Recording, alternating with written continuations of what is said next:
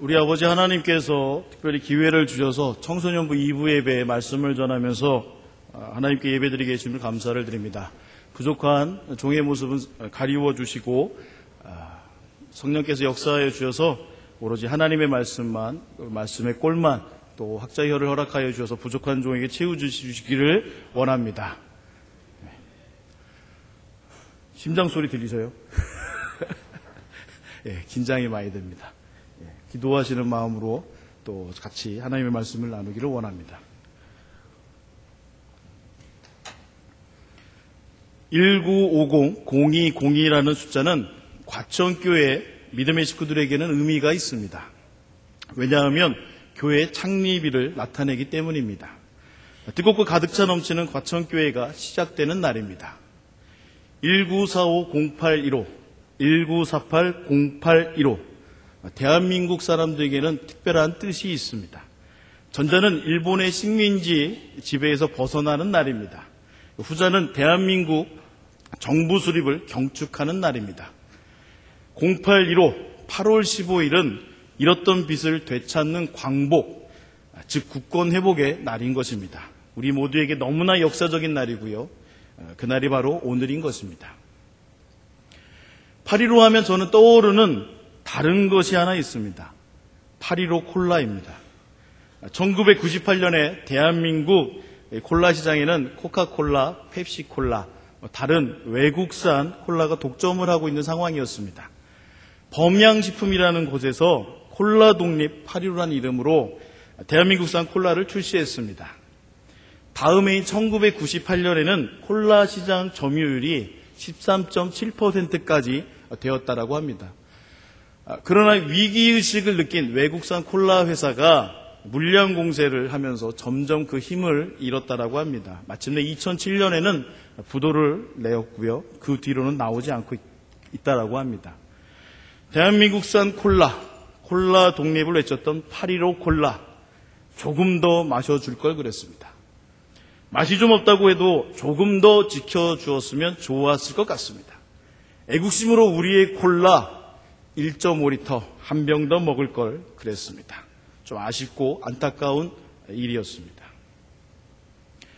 오늘 성경 본문은 한 장수가 이스라엘 군대를 모욕하고 있는 상황에서 일어나고 있습니다.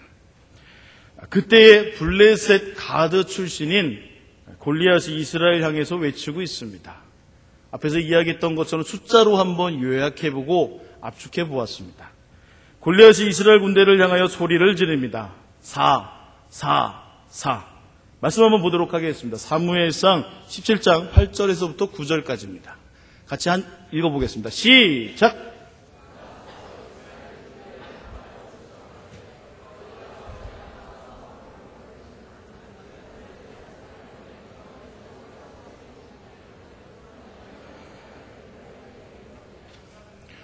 네, 9절 말씀 시작!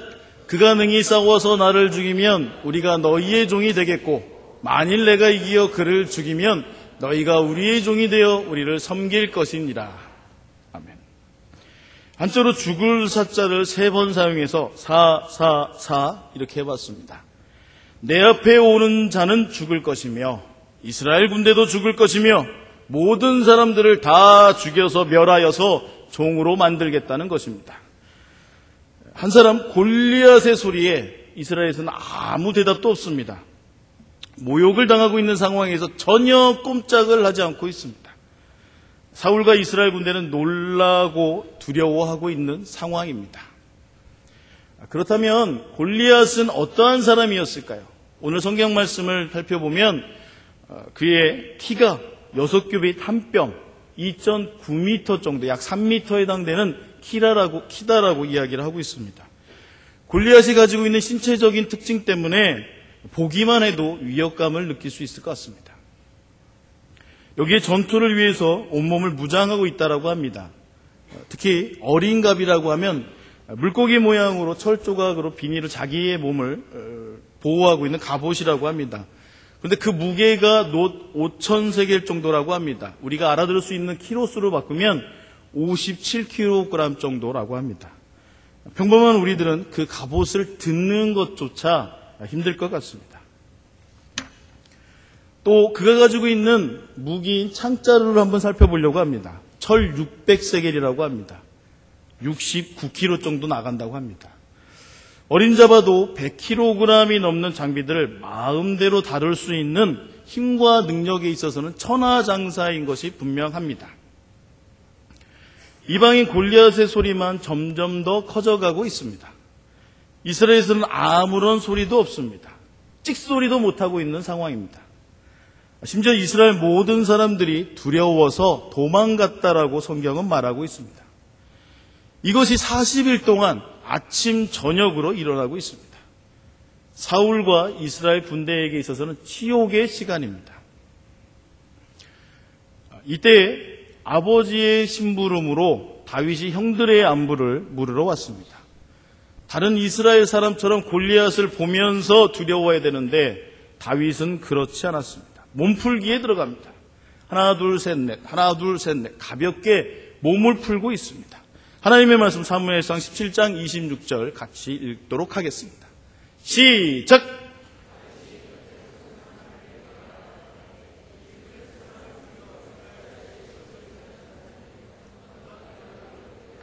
이 할례 없는 블레셋 사람이 누구 관대에 사시는 하나님의 군대를 모욕하겠느냐?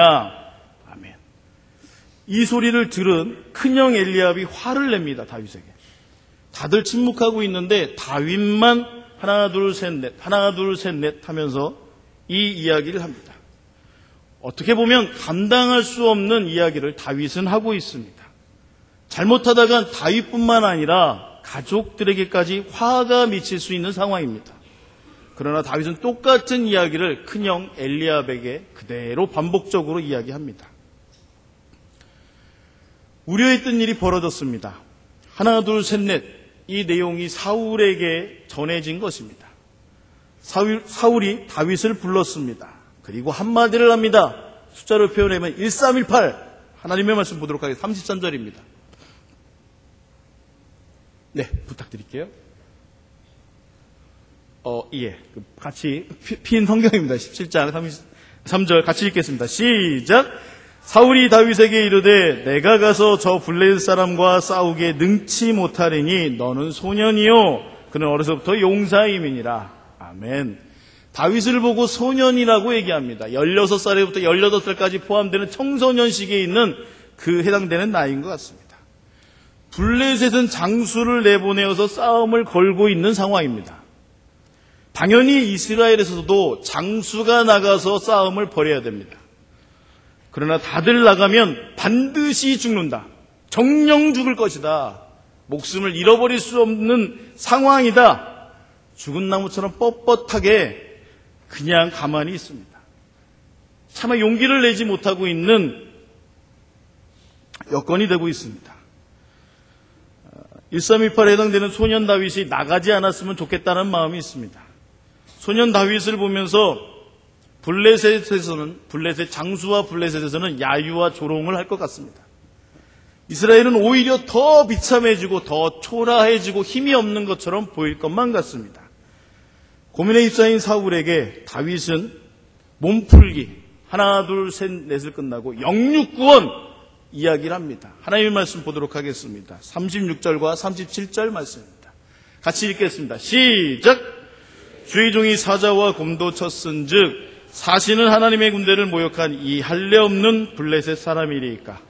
그가 그 짐승의 하나와 같이 되리이다. 또 가로되 여호와께서 나를 사자의 발톱과 곰의 발톱에서 건져내셨은즉 나를 이 블레셋 사람의 손에서도 건져내시리이다. 사울이 다윗에게 이르되 가라. 여호와께서 너와 함께 하시기를 원하노라. 아멘. 영과 육을 구원하시는 여호와 하나님을 의지하면서 다윗은 승리를 확신하고 있습니다. 무모한 자신감으로 너무나 담대하게 사울 앞에서 자신 있게 이야기를 하고 있습니다. 짐승, 사자와 곰으로부터 하나님께서 구원하셨다는 이야기는 과거입니다. 그런데 지금은 짐승이 아니라 괴물 골리앗입니다. 아무도 이길 수 없다는 현실 속에서 다가오는 두려움과 떨림이 있습니다. 그런데 다윗은 하나님을 100% 신뢰하고 믿고 있습니다. 한때 사울도 하나님의 신이 크게 임함으로 예언도 하고요, 변하여서 새 사람이 되었다는 이야기가 성경에 있습니다. 하지만 블레셋과 전쟁에 있어서 사무엘을 기다려야만 했습니다. 7일을 참지 못했습니다. 하나님께서 말씀하신 대로 100% 순종하고 믿었다라고 그러면 괜찮았을 것 같았는데, 기다리지 못하고 사람들이 점점점 흩어져 버리자 사울 자신이 하나님께 번제를 드렸습니다. 하나님께서는 사무엘을 통하여 말씀하신 바가 있습니다. 7일을 기다려라. 지키지 못했습니다. 그래서 여호와께서 그 마음에 맞는 사람을 구하여 그 백성의 지도자를 삼으셨다라고 사무엘로부터 이야기를 듣게 됩니다. 한 번의 죄가 있기에 인간적인 두려움이 사울에겐 더 클 것 같습니다. 7일을 기다리지 못했기 때문에 40일 동안 아무것도 하지 못하는 공황 상태가 되었을 것 같습니다. 오늘 설교 제목인 사울 쌍점 다윗 등호 X 쌍점 하나님, 쉽게 얘기하겠습니다. 우리 친구들이 수학 방정식으로 얘기하는 것처럼 사울 대 다윗은 X 대 하나님이다.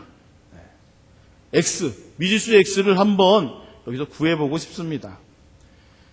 육의 눈으로 보면, 인간적으로 바라보면 사울과 다윗은 너무나 뛰어난 용모를 가지고 있습니다. 사울은 다른 사람보다 어깨 위나 더 컸다라고 이야기합니다. 다윗은요, 빛이 붉고 눈이 빼어나고 얼굴이 참 아름다웠다라고 얘기합니다. 영적으로 한번 보겠습니다. 다윗은 이 순간 하나님만을 100% 의지하고 있습니다. 그러나 사울은 하나님을 신뢰하는 것 같은데 약간의 다른 모습이 있습니다. 하나님께서 말씀하시는 것에 대해서 자신의 생각과 계획을 약간 넣어둡니다. 하나님께서 말씀하신 100%가 되어야 되는데 95%, 92% 플러스 사울 자신의 생각과 계획이 들어가 있는 것을 보게 됩니다. 이스라엘 나라를 세워가는 첫 번째 왕 사울과 두 번째 왕 다윗이 함께하고 있습니다. 영육구원을 자신있게 말하고 있는 다윗에게 사울 자신은 그저 자신이 입었던 군복을 입혀줍니다. 헤드샷을 당하지 않도록 노투구를 씌워줍니다. 철 600세겔 정도에 되는 충격을 약간이라도 흡수할 수 있게끔 사울 자신의 갑옷을 입혀줍니다. 그런데 다윗은 전혀 익숙하지가 않습니다. 사울이 다윗에게 행하는 행동은 인간적으로 죽으러 가는 사람에게 정말로 멋진 장렬한 최후를 맞이할 수 있게끔, 장수로서 죽을 수 있게끔 자신의 군복을 주는 것만 같습니다. 장수처럼 멋진 군복을 입고 최후의 순간을 맞이해라. 아니면 공황 상태에 빠졌던 사울이 이 전쟁에 있어서 거룩한 분노가 생기도록 한 사람의 희생을 요구하고 있다라고 보여집니다.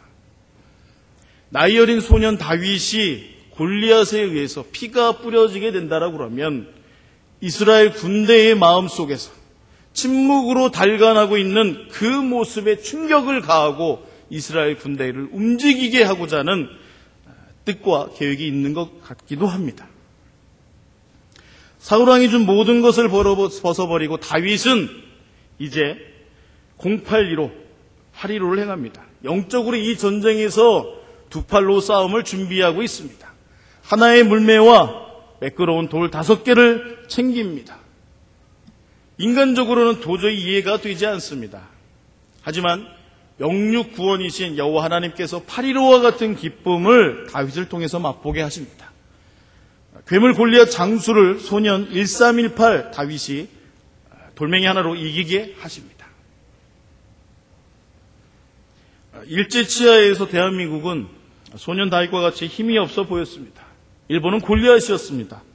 하지만 대한민국은 영적으로 깨어 있었습니다. 다윗처럼 하나 둘 셋 하면서 기도하며 준비하고 있었습니다. 3.1운동 때의 거리에 이런 경문이 붙어 있었다라고 합니다. 우리는 아침에 기도하고 낮에도 기도하고 밤에도 기도합시다. 주일에는 금식 기도합시다. 그리고 성경은 날마다 환독합시다. 우리가 외치는 독립을 우리 되에는 못 얻어도 우리 자손대에는 얻을 것입니다. 이 기도는 눈앞의 시련을 바라보고 한 것이 아니었습니다. 몇 대를 지나더라도 이루어질 것이라는 확신 속에서 믿음의 기도를 올린 것입니다.